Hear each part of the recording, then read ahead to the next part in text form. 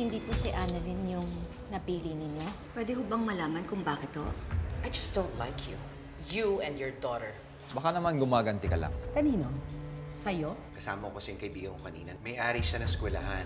Gusto niyang bigyan ng scholarship si Annalyn. Chancery ka ba? Pero high school na ako. Sabi kasi nila, ikaw na daw maging #1 sa school natin. Good luck na lang sa'yo kasi hindi ako papayag. Tinutulungan ka na nga ng boyfriend ko, inaabuso mo pa. At sa oras na makita kitang nakikipag-usap kay Michael ulit, during work hours, babawasan ko ang sweldo mo. Nag-ALS ako, Advanced Learning System. Ano yan? Hindi ko naman kayang pagsabayin na pareho pa kaming dalawa ni Annalyn ng mag-aral. Nag-aaral na po ako dito!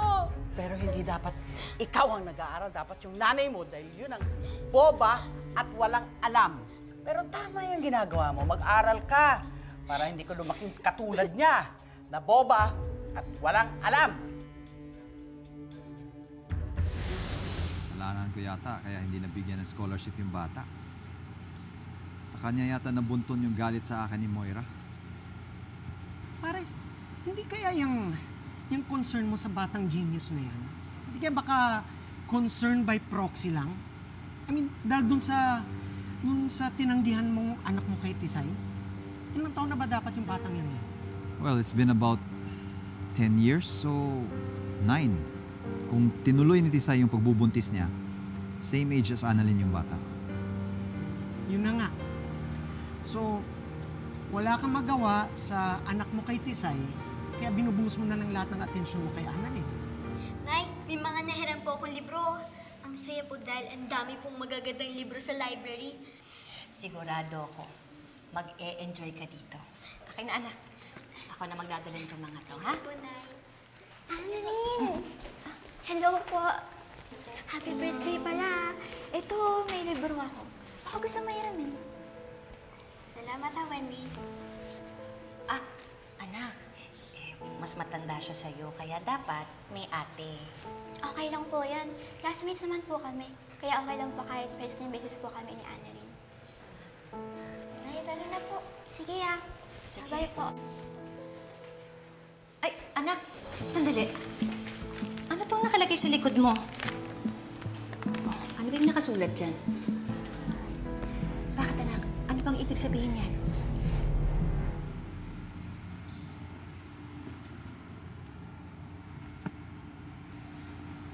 Hanapin ko na lang kaya si Tisay at saka yung anak namin. Para matapos na yun sa amin ni Tisay. Para hindi na nila ginugulo yung isip ko. Sige pare, gawin mo yan. Para pamilya mo naman na magulo. Buhay mo yan. It's your choice.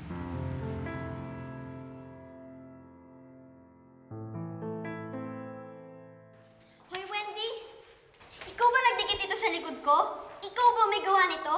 Umamin ka! Ano ba to? That's so mean, ah. Bakit mo nagdikit yan sa likod mo? Pinahiram pa nga kita ng libro, di ba? Nagsisinungaling ka? Ikaw ang may gawa nito? Ikaw lang naman humawak sa likod ko, kaya umamin ka na kasi. Hindi ako nagsisinungaling, Annalyn. Wala akong ginagawa sa'yo. Tsaka bakit pa affected ka? Eh, di ba totoo naman yung nakasulat? Genius ka. At ang nanay mo. Yabang mo ah! Anak! Tama na! Halika na!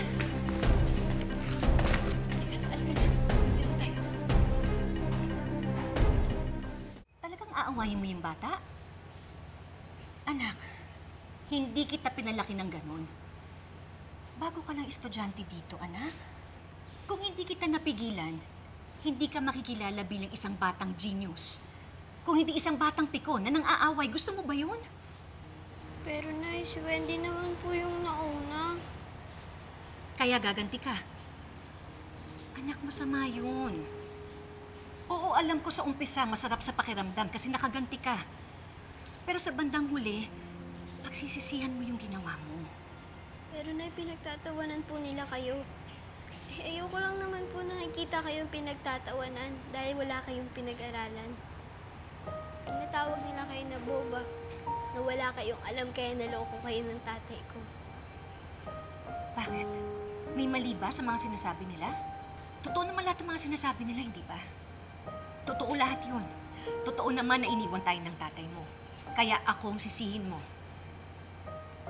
Naloko ko ng tatay mo kasi tanga ako. Ay, Akala ko kasi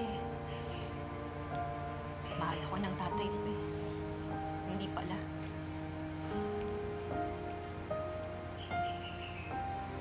Alam mo ba kung anong sinabi niya sa akin? Nung sinabi ko sa kanya na buntis ako sa'yo. Miss, sandali lang. Sir Chinito, ang tagal kitang hinintay sa bar. Dito lang pala kita makikita.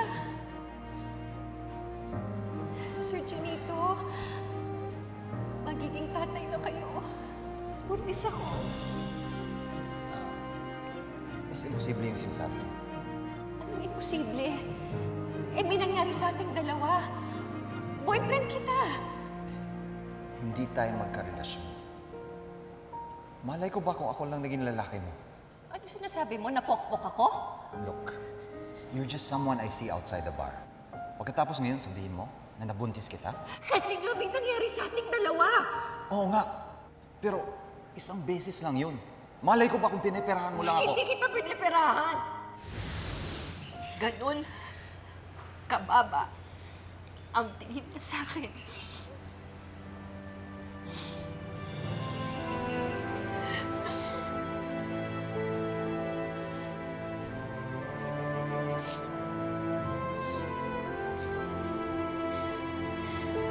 Dahan na po.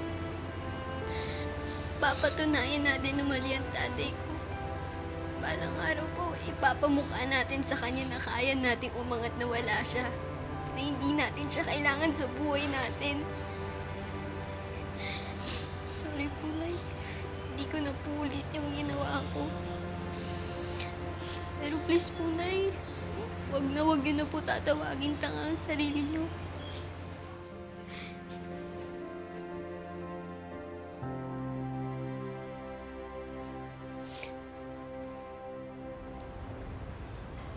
This sign up flower vendor? Mga 10 years na yun eh. Pero sabi mo naman, mga 15 years ka na dito, di ba? Ah, parang naalala ko na. Merong babaeng nagbebenta ng bulaklak na nagagawi dito, sir. Pero matagal ko na ho siyang hindi nakikita. Siguro ganun din katagal. Maka 10 taon na rin. Bakit, sir? Bakit niyo po ba hinahanap yung nagbebenta ng bulaklak na yon? May kailangan po ba kayo sa kanya? May naging problema po ba kayo sa kanya? Dad?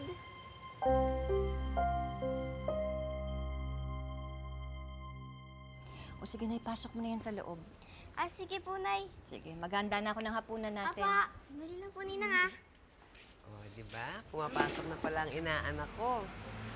Ikaw, Lynette, kailan ka mag-aaral? Ako? Mag-aaral? Bukod sa hindi kaya ng bulsa namin, hindi rin kaya ng utak ko. Lynette, kaya mo yan? Ikaw pa ba? Ano? Sasabihin mo din ba sa akin na dapat kalimutan ko na lahat ng mga pinagsasabi sa akin ni Chang Susan noon? Alam ba, Diyosa, kung bakit hindi ako lumalaban sa kanya? Kasi totoo naman lahat ang sinasabi niya sa akin. Na boba at tanga ako. Mahirap man, pero kailangan ko tanggapin na kahit kailan, hindi ako yung nanay na may pagmamalaki ng anak ko.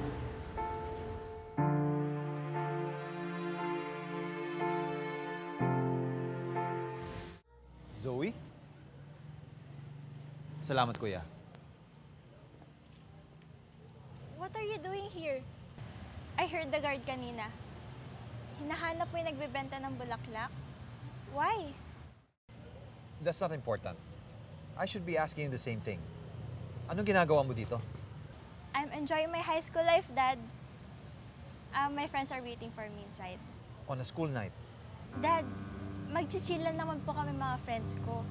Uuwi naman po ako ng maaga. Hindi, Zoe. You're going home now. Let's go. Tara. Dad, no! Iniintay na ako ng mga kaibigan ko. Uuwi ka ba? Or you want me to call their parents? Dad! We're going, Zoe. Let's go. Dad!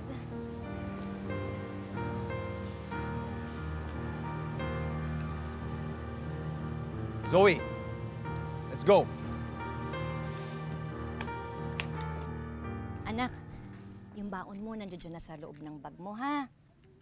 Hi po, Nay. Anak, ayan yata yung batang genius.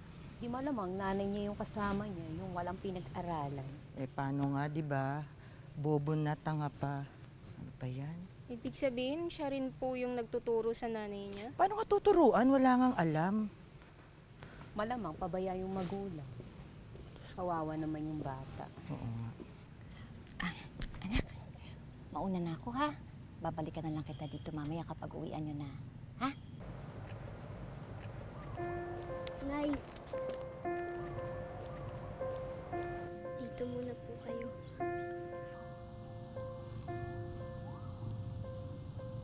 Ang sakit naman na nilalait yung nanay ko. Dahil lang ba hindi siya nagkaroon ng pagkakataon na mag-aral? Bakit? Perfect ba kayo? Pag sinabi ko bang mabaong hiningi ng nanay mo, hindi ka masasaktan? Pag sinabi ko bang pangit ang nanay mo, hindi ka kukontra at ipagmamalaki ang nanay mo pinakamagandang nanay sa buong mundo? Hindi perfect ang nanay ko sa mga mata nyo. Pero para sa akin, perfect siya. Hindi po ba gano'n naman talagang tingin natin sa lahat ng mga nanay natin? Sila ang pinakamaganda sa buong mundo. Oo, hindi nakapag-aral ang nanay ko. Pero hindi ibig sabihin nun ay bobo o wala siyang alam. Hindi naman niya nasukatan kung mabuti ba siyang nanay o hindi. Si nanay, gumigising na maaga para mamalengke. Para siguraduhin niya na pagising ko, luto ng paborito kong pagkain. Ang nanay ko, hindi ako hinahayaan matulog na hindi nakapag-toothbrush, nakapaghilamos o nakapagsuklay. Hindi rin siya papayag na kumain o matulog kami na hindi nagdadasal. Ang nanay ko, pinagsasabihan ako pag minagawa akong mali para lumaki ako na sa tama. Hindi nga siya siguro kasi talino ng mga nanay niyo. Pero para sa akin, first order siya sa pagiging nanay ko.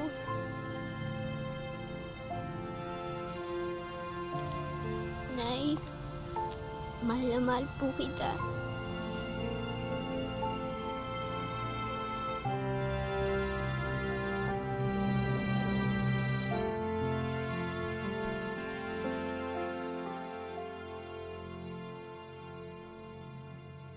Alam mo, Mare, ha?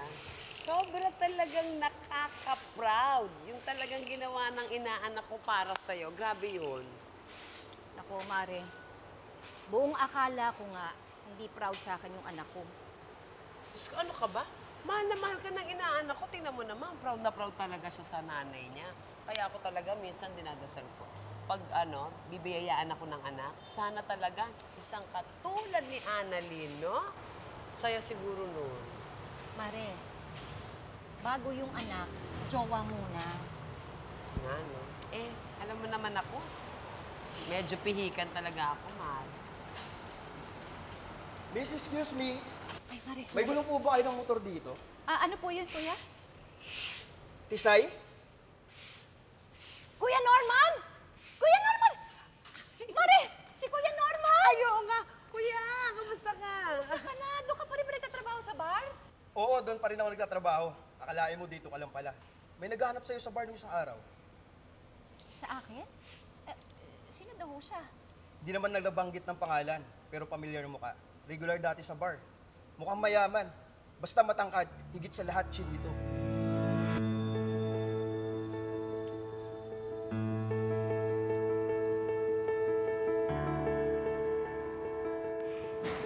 Sigurado matutuwa dito si nanay sa mga nakuha ko. Perfect score na perfect score!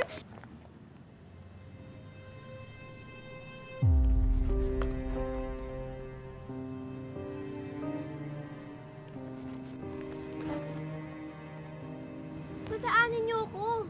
Bakit? Susumbong mo kami. Wala na tayo school premises, Annalyn. Kahit ano pwede namin gawin sa'yo. Pag di niyo ako pinadaan, sa pulis ko kayo susumbong. Alam mo, ang yabang mo. Ano ba pinagyayabang mo?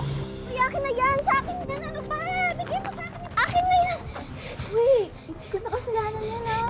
Ayaw mo kasi bitawan. Napunit tuloy. Sama talaga ng ugali mo! Ngayon, alam mo na. Hindi mo na siguro ako kakalabanin next time. Or better yet, mapit ka na lang sa school. Hindi ako magkukwit. Nag-promise ako sa nanay ko, nag-graduate ako. Okay lang yun. Di ba bobo naman yung nanay mo? Walang pinag-aralan. Di ba? Ako lang ang kaaway mo dito, ah. Bakit mo ba lagi dinadamay ang nanay ko? Sino gusto mong idamay ko? Tatay mo? Sige po, kuya! Ingat po kayo!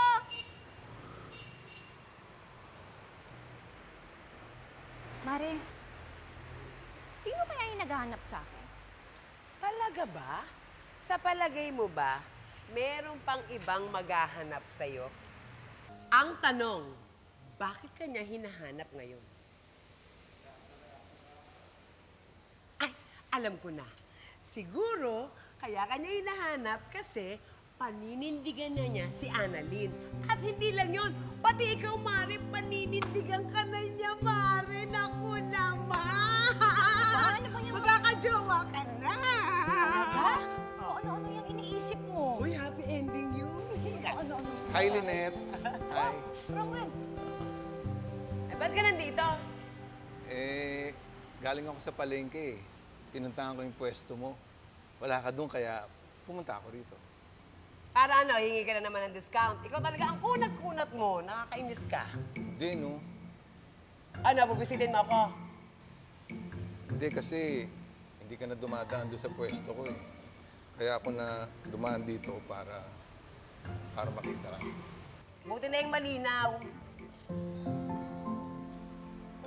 Bakit? Crush mo ako? Eh, ano naman kung oo?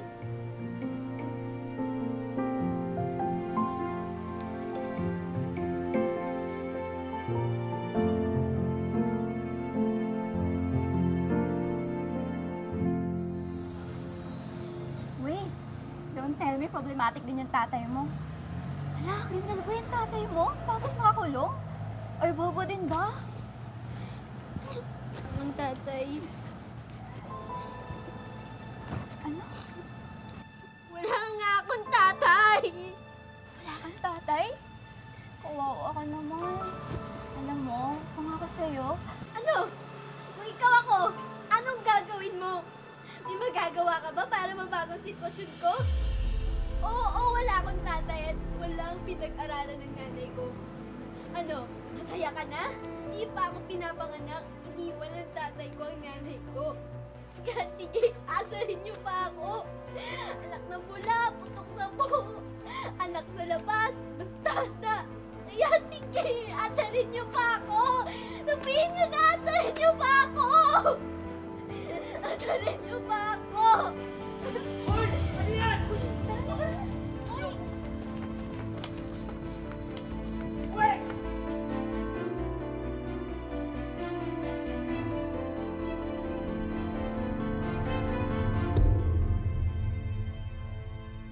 Siguro, kaya kanya hinahanap kasi paninindigan na niya si Annalyn. At hindi lang yon, pati ikaw, Mare, paninindigan ka na niya, Mare. Naku naman!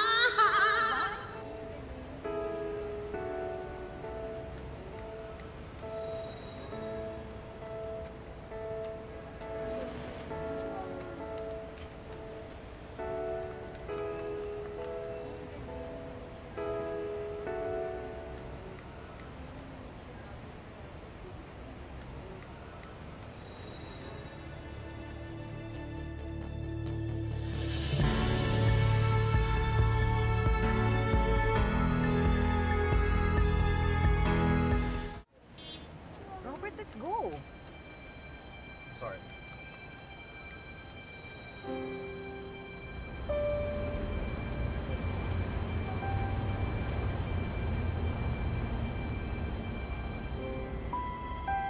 Ikaw ba talaga sigurado ka na si Sir Chinito yung nakita mo? Oo nga, sigurado nga ako. At saka sigurado din ako na nakita niya ako. Eh, bakit ganun? Di ba sabi mo, nagmamaneho siya ng kotse. Eh, bakit hindi kanya binaba? Aba, ewan ko sa kanya. Eh, anong plano mo? Alam ko na, bukas bumalik ka doon. Bakit ko gagawin yon? Eh, syempre, malay mo, magkita kayo ulit. Tapos, lapitan mo na. Hindi ko gagawin yon. Ayan ka na naman, Lynette eh. Eh, hindi naman para sa'yo yun eh. para kay Annalyn yun eh. Dahil siya lang naman ang makakatulong sa inyo, di ba?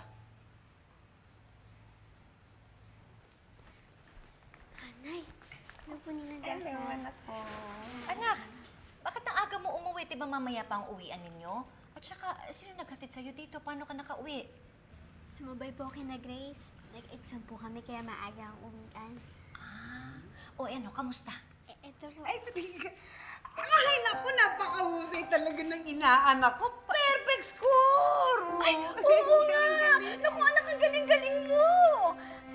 Teka, bakit nagkaganito yung test paper mo? Bakit napunit? Nay, sobrang saya po kasi namin ni Grace. Nag-agawan po kami.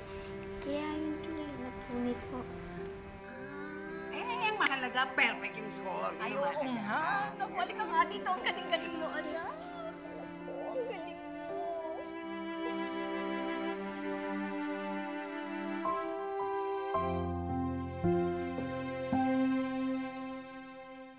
She actually looked better than the last time I saw her. Baka naman nakakaangat na siya sa buhay. Hindi ba flower vendor lang yan dati? Sayang talaga, nakasama ko si Moira kanina. Nakausap ko na sana si Tisay. Sinasabi ko sa'yo, pare, sakit ng ulo lang yung hinahanap mo, kakahanap dyan sa babaeng nabuntis mo. Closure hinahanap ko, pare. Hindi problema. Gusto ko lang talaga malaman kung nagkaanak pa talaga kami ni Tisay. Eh kung totoo nga, anong gagawin mo?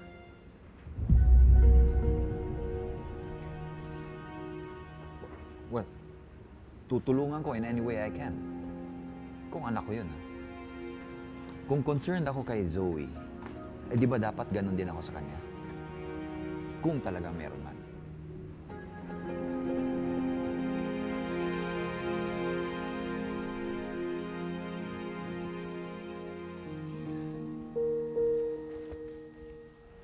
Lord, sorry po kung naistorbo ko po kayo.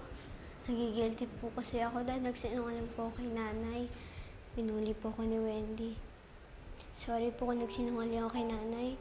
Ayoko lang po kasi na mag-alala siya sa akin. Baka mamaya, hindi na po ako pabalikin sa school. Gusto ko nga po makonvince ko po siya na mag-aaral ulit. Sorry po talaga, Lord.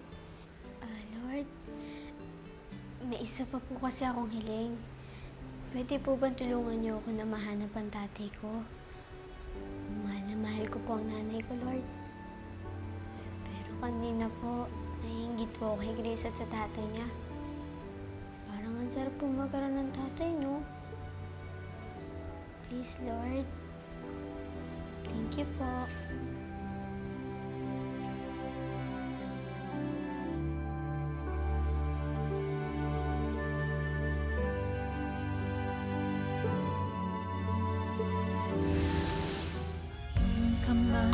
Sa'kin ay nagbigay kahulugan.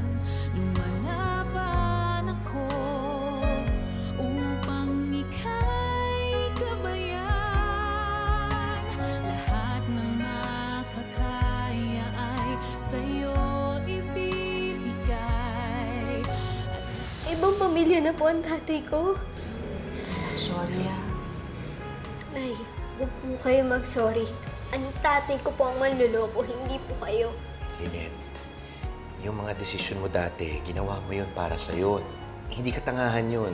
Ang bait niyo po talaga sa amin ni Nanay, Sir Michael. Sana kayo na lang po ang tatay ko. Has Robert finished with his appointments? Ma'am, wala po siyang appointment today. Na-cancel niya na po, pati po yung OR niya. Tisay?